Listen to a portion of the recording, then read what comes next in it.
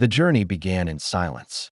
Dozens of weary German prisoners of war sat crammed inside a transport train, their uniforms dirty, their faces gaunt with exhaustion. The war that had once promised them glory had now left them defeated and far from home.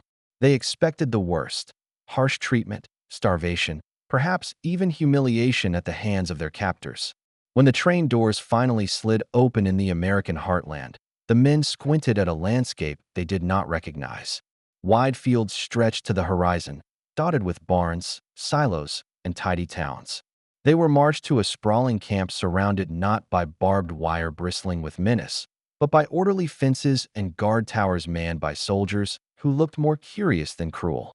Inside, the men braced themselves. They had heard stories of how Germany treated enemy prisoners, and they expected similar brutality. But instead of beatings or meager scraps of bread, they were led into a dining hall. Long wooden tables groaned under the weight of food: steaming trays of potatoes, thick slices of meat, baskets of bread, jars of jam, even fruit. And alongside it all, strange items they had never seen before: bright cans of vegetables, little sealed tins of coffee, and shiny brown bars wrapped in paper. The prisoners stared in disbelief. This couldn't be real. They had expected watery soup and moldy bread, perhaps worse. One soldier muttered bitterly to his comrade, "This is a trick. They will laugh when we eat." Another smirked at the abundance, dismissing it as childish excess. The men chuckled when they saw the candy bars, mocking the Americans for eating sweets like children. But hunger overcame suspicion. They filled their trays, some cautiously, others greedily. The bread was soft, the meat rich, the potatoes warm and filling. The laughter quieted. Then came the moment that none of them would forget: the chocolate. One soldier, hardened by years of war, tore open the wrapper and took a bite. He chewed slowly at first, his expression neutral, then froze as the taste spread across his tongue: sweet, rich, unlike anything he had ever known. His eyes widened. Another tried it, and then another. Soon the room was silent except for the faint rustle of wrappers and the sound of chewing. And then, unexpectedly, some of the men began to weep. They wept not from fear, nor from pain, but from memory. The taste of chocolate brought them back to childhoods long gone, to days before war and hunger. For many, it was the first real chocolate they had tasted in years, since rationing in Germany had reduced sugar and cocoa to distant luxuries. In that moment, the contrast between their own nation, starving, bombed, broken, and this land of plenty was unbearable. What began with laughter ended in silence and tears.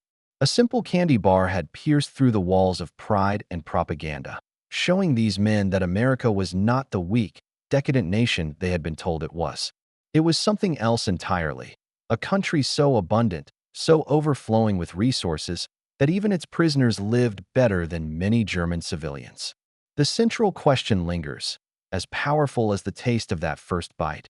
How did food, ordinary bread, jam, and a bar of Hershey's chocolate, become a weapon of war, a symbol of power, and a lesson these men would never forget?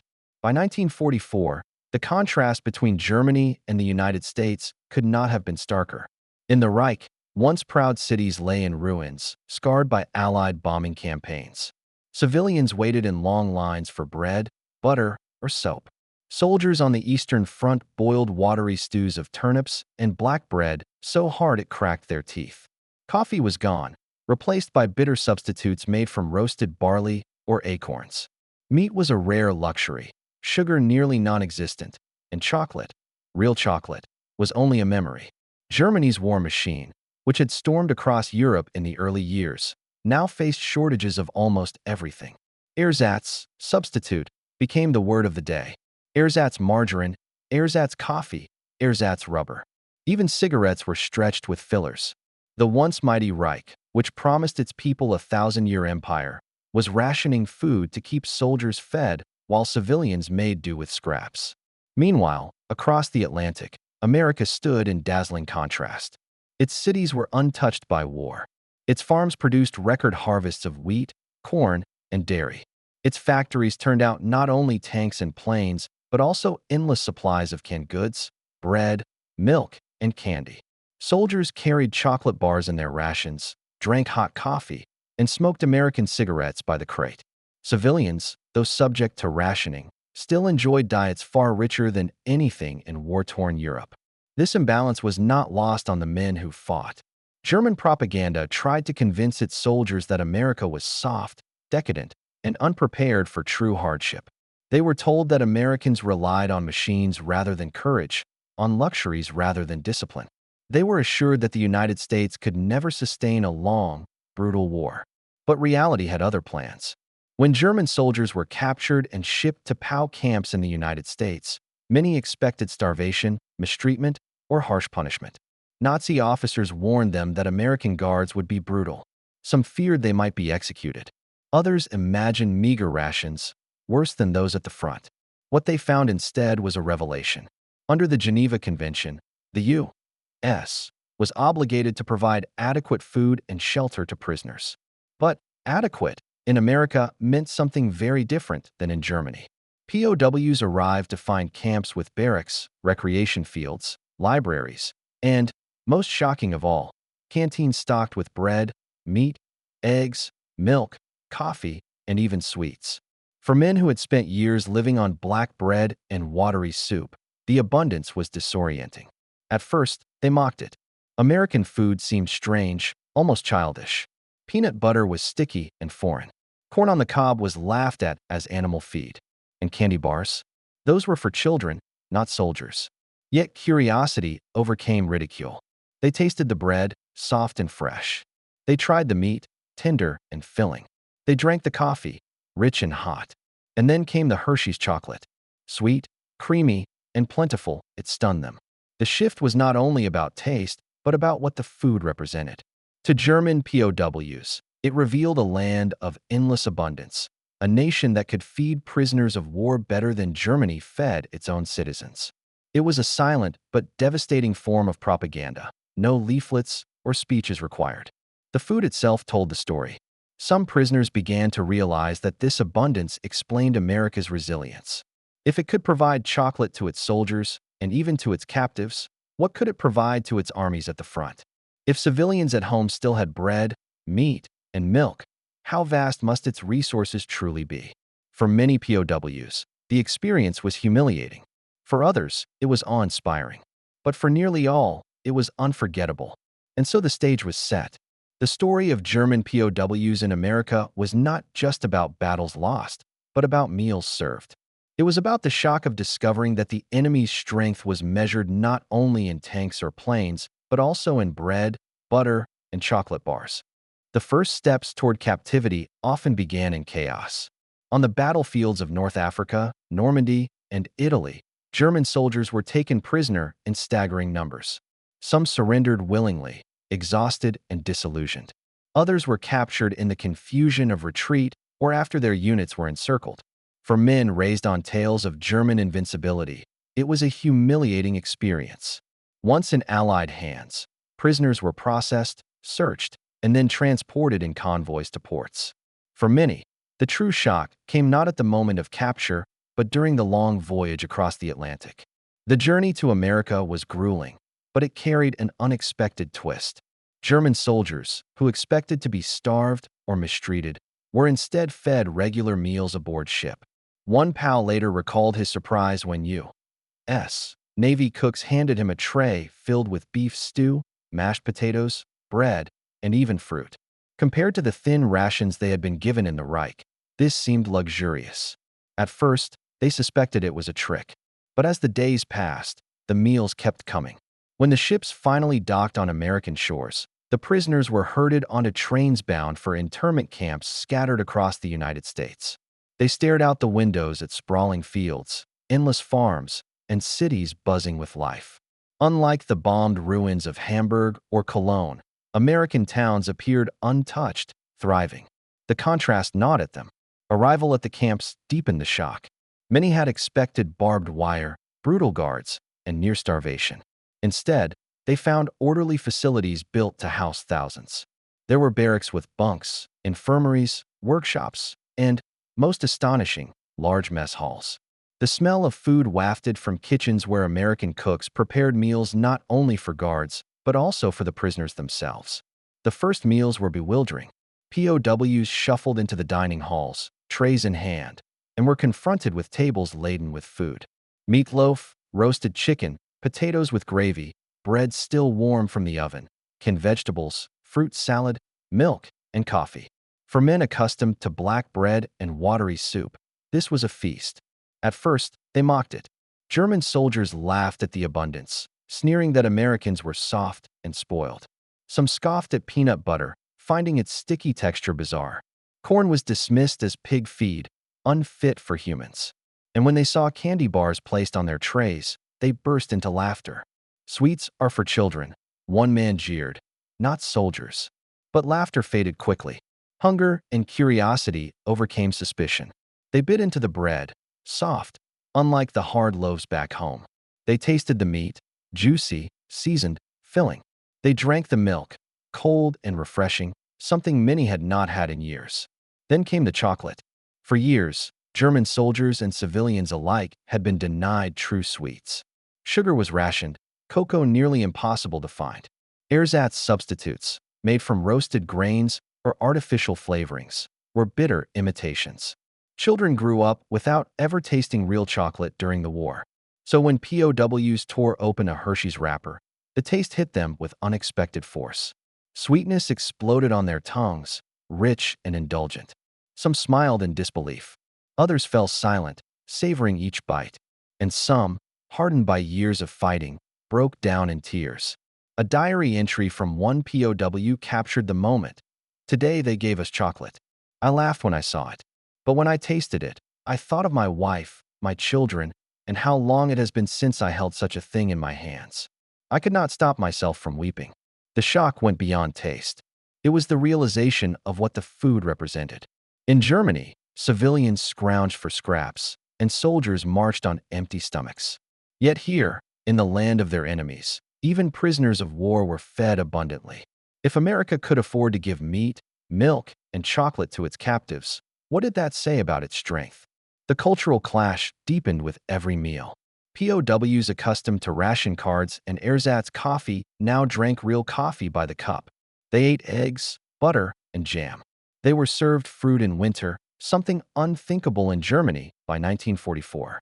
Many at first refused peanut butter, only to later develop a taste for it. Corn, once dismissed as animal fodder, became a staple.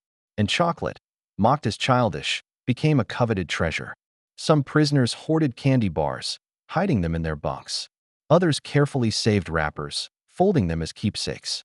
A few wrote in letters home that they had eaten chocolate in captivity, knowing their families in Germany would not believe them. The abundance was humiliating and awe-inspiring in equal measure. Laughter gave way to silence, and silence to reflection. One soldier admitted, "We mocked the food. But soon we understood. If they can feed us this way, then their soldiers at the front must eat like kings. How can we ever hope to defeat such a nation?" In the weeks that followed, food became a central theme of life in the camps. Meals were the highlight of the day, sparking conversation, jokes, and sometimes arguments. German officers tried to maintain discipline, warning their men not to be seduced by American comforts. But discipline cracked when confronted with steaming plates of food and the sweet comfort of chocolate. What began as ridicule had become something far deeper.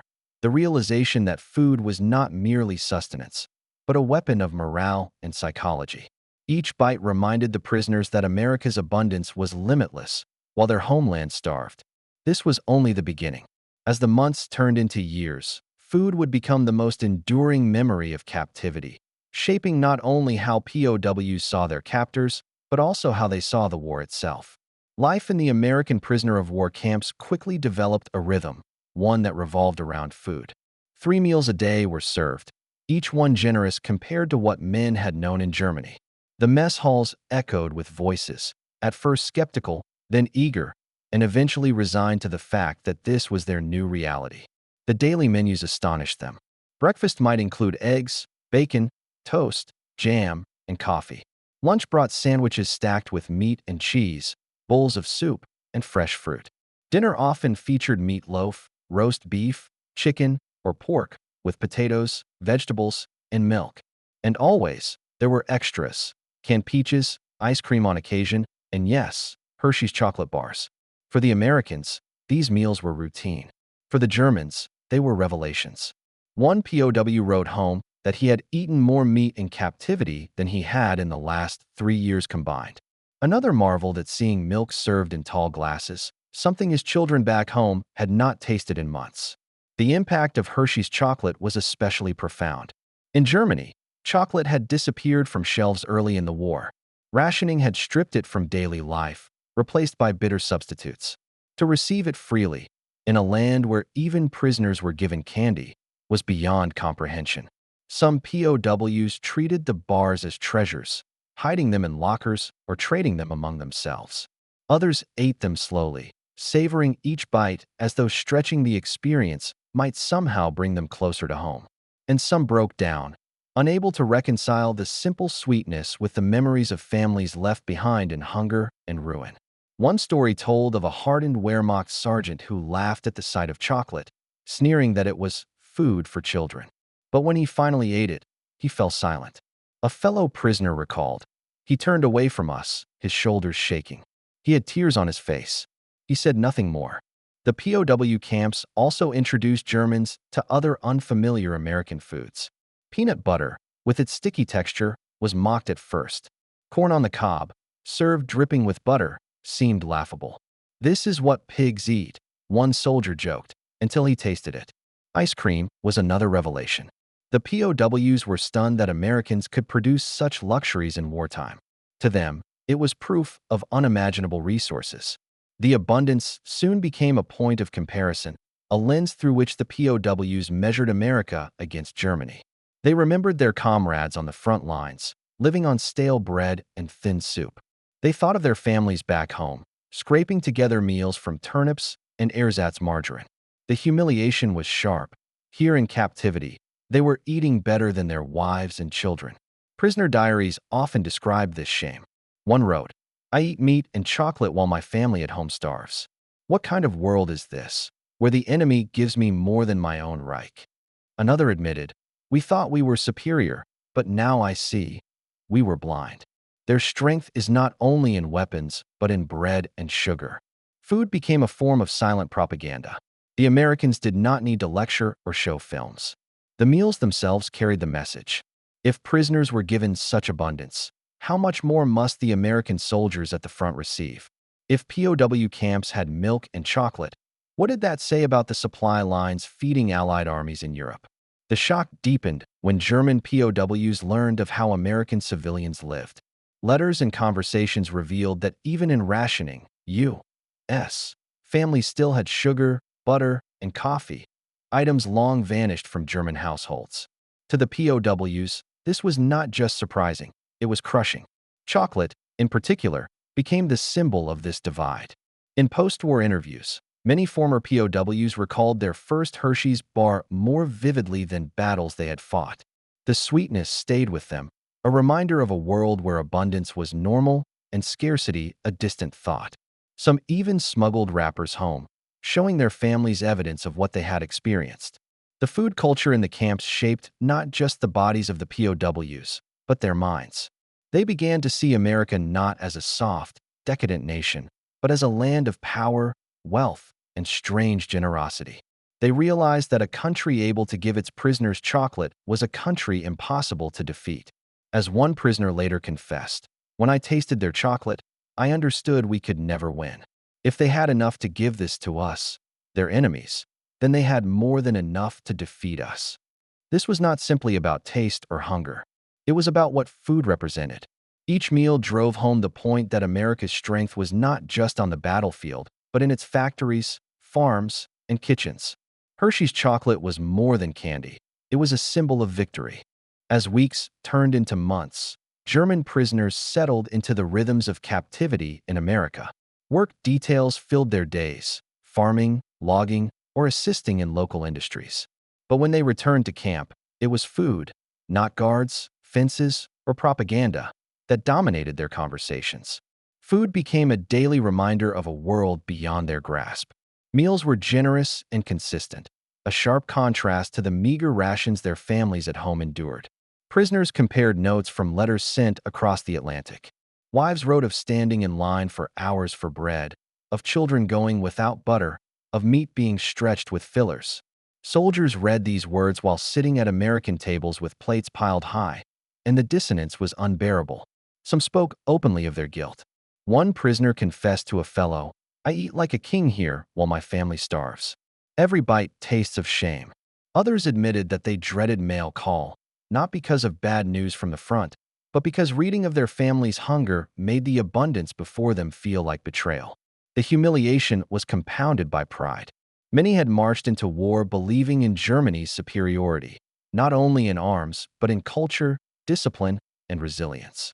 Yet in captivity, they saw that America's true strength was not in ideology, but in sheer abundance.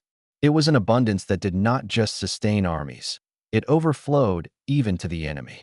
Chocolate, above all, became the enduring symbol of this revelation. POWs remembered their first taste vividly. Some saved wrappers and diaries as mementos. Others traded chocolate like currency within the camp. A single Hershey's bar could fetch favors, a hand-sewn shirt, or extra rations of coffee. It was more than food, it was treasure. For some, it was also torment. One man later wrote, "When I ate their chocolate, I thought of my little daughter. She has never tasted such sweetness. And here I, her father, sat as a prisoner, eating what she could not." Tears stained the page of his diary. The Americans never needed to deliver lectures on democracy or freedom. The meals themselves were propaganda of the most subtle and devastating kind. Each candy bar, each glass of milk, whispered to the POWs, "This is what America can do. This is the power of a nation that can feed its prisoners better than your Reich can feed its citizens." Even the guards noticed the shift. At first, POWs mocked peanut butter and laughed at corn. By 1945, many ate them eagerly. Some even developed lasting tastes for American food, confessing years later that they could never forget the flavor of ice cream or the smooth sweetness of Hershey's chocolate. The psychological effect was undeniable. A few POWs admitted after the war that the experience broke their morale more effectively than any battlefield defeat. Leaflets dropped from planes could be ignored, speeches dismissed. But the daily reality of food, real, abundant, sweet, and plentiful, was irrefutable. Some German officers tried to resist the influence. They warned their men not to be seduced by enemy luxuries, reminding them of their duty to the fatherland. But even they could not stop the quiet erosion of pride. In private, many officers admitted their astonishment. One told his men, "If they can feed us this way, then our homeland has already lost. It is only a matter of time." By the end of the war, tens of thousands of German POWs had cycled through American camps. When repatriated, many carried vivid memories of the food they had eaten. For some, it shaped their perception of America for life. A former prisoner recalled decades later, "I went to war believing Americans were weak. I left captivity knowing they were strong, not because of their weapons, but because of their abundance. And I still remember the taste of their chocolate." The cultural impact extended even further. When these men returned to Germany, they spoke of peanut butter, Coca-Cola, ice cream, and Hershey's chocolate. For a nation rebuilding from rubble, these stories of food and abundance created both envy and admiration. Some historians argue that these POW memories helped shape post-war German fascination with American culture, from candy to jazz to Hollywood films. On the battlefield, the consequences were just as significant. German soldiers still fighting at the front heard rumors of how POWs in America lived. Word spread that captives were treated well, even luxuriously, compared to the hunger of the homeland. This knowledge weakened morale. Why fight to the death if captivity meant bread, milk, and chocolate instead of hunger and cold? Food had become more than sustenance. It was a weapon of psychological warfare, wielded without malice, almost unintentionally. The simple act of feeding prisoners generously had revealed the vast gulf between America's capacity and Germany's decline. And at the center of it all was a simple candy bar. Hershey's chocolate had made grown men laugh, then cry. It had stripped away propaganda and pride, leaving raw humanity exposed. It was sweet, yes, but it carried a bitterness of realization that Germany could never match such abundance. By 1945, as the Reich crumbled and surrender loomed, German POWs in America had already reached their own conclusion. They had seen the future in every meal. and it tasted of bread, milk, and chocolate. It happened quietly, in a mess hall far from the thunder of the battlefield. The prisoners filed in as they had countless times before, trays in hand, shoulders slumped under the weight of defeat. They expected the usual spread, bread, potatoes, perhaps meat. But this time, at the end of the line, sat stacks of shiny brown wrappers. Hershey's chocolate bars. At first, the laughter was predictable. Hardened veterans smirked, mocking the Americans for wasting food on candy. One sergeant sneered. "So this is what they give their soldiers? Sweets for children." His comrades chuckled, shaking their heads. It seemed proof, once again, that America was soft, decadent, unserious. But curiosity got the better of them. One by one, they tore open the wrappers. The smell of cocoa filled the air, rich, sweet, intoxicating. The sergeant, still smirking, bit into his bar. He chewed once, then again, slower this time. His expression changed. His jaw tightened. He turned away from the others, but not fast enough. They saw his eyes glisten. He was crying. The laughter died instantly. No one mocked him. No one dared. Because in that moment, each man felt the same thing. The chocolate was more than sugar and cocoa. It was memory. It brought them back to childhood birthdays, Christmas mornings, the warm kitchens of mothers and wives who had long since run out of such luxuries. It reminded them of home, not the war-torn ruins, but the life that had existed before Hitler's promises, before the hunger, before the endless sacrifice. Tears welled in other eyes. Some hid their faces. Others stared at the bar in their hands, unwilling to eat, as if finishing it would break the fragile spell. One prisoner whispered, "My son has never tasted this. He is 8 years old, and he has never known what chocolate is." His voice cracked, and silence spread through the room. For years, these men had been told that America was weak. They had marched into battle believing the Reich's discipline and sacrifice would triumph over comfort and decadence. Yet here, in captivity, they faced an unbearable truth. The enemy was not weak, it was overflowing. It could give chocolate to its prisoners while their own children went without. It could spare sweetness for its enemies while Germany could not provide bread for its own. That was the breaking point. Pride collapsed. The realization hit them harder than artillery shells or bombers overhead. Germany could not win. Not against this. Hershey's chocolate became the ultimate symbol of America's power. Not the tanks, not the planes, not the ships, but the simple fact that the nation's abundance reached even here, to men behind fences. The war had already been decided, not by battlefield glory, but by bread, milk, sugar, and cocoa. In that mess hall, the war ended for many of them long before surrender was signed. The tears shed over a candy bar spoke louder than any surrender document. They revealed the truth with painful clarity. America's strength was more than military. It was cultural, industrial, and deeply human. And as the wrappers crumpled in trembling hands, the prisoners understood they were not just defeated soldiers. They were witnesses to a world their homeland could never match. For the German prisoners of war, America revealed itself not only through its weapons and victories, but through its kitchens, farms, and factories. In every meal served behind the wire, they encountered a truth that no propaganda could disguise. The United States was a nation of abundance. The shock was not just in the taste of new foods, peanut butter, corn on the cob, ice cream, but in what those foods represented. While German families queued for bread and stretched turnips into stews, their captured husbands and fathers sat down to meat, milk, and chocolate. The humiliation was profound, and yet it carried with it a strange admiration.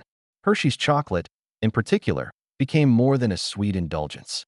To the POWs, it was a symbol of everything Germany lacked: sugar, cocoa, milk, and above all, plenty. It was a symbol of childhood memories, of lives lost to war, of a world beyond bombs and hunger. That a simple candy bar could move hardened men to tears was not weakness, it was recognition. Recognition that America's strength lay not only in its factories and armies, but in its ability to provide sweetness, even to its enemies. In hindsight, historians see this as a form of silent psychological warfare. No leaflets were needed, no lectures given. The food itself carried the message: this is what America can do. If it can feed its prisoners this way, imagine how it feeds its soldiers. If it can spare chocolate for enemies, what luxuries must it provide its own people? It was propaganda written not in words but in butter, bread, and cocoa. The legacy endured long after the war. Many German POWs carried memories of American food with them for the rest of their lives. Some returned home and told their families about peanut butter, Coca-Cola, and chocolate bars, sparking curiosity about a culture once vilified. In the ruins of post-war Germany, those stories mingled with aid shipments that included American food, further cementing the image of the United States as a land of unimaginable plenty. And so, the laughter of prisoners mocking American food gave way to silence, then to tears. They had come to understand that victory in modern war was not only about courage or strategy, but about resources and the ability to sustain them. America had proven that it could outlast, outproduce, and outfeed its enemies. The lesson was clear. In the 20th century, wars would be decided as much in the factory and the field as on the battlefield itself. Bread and chocolate mattered as much as bullets and tanks. For the German POWs, the realization was deeply personal. They had marched to war believing in their superiority. They ended the war weeping over chocolate, humbled by abundance. And in that humility lay the true story of America's victory. It was not only a triumph of arms, but a triumph of plenty, one candy bar at a time. Because for the men who once laughed at U.S. food and later cried over Hershey's chocolate, the war was no longer about battles alone. It was about two worlds colliding, and one proving that it could endure, sustain, and ultimately prevail.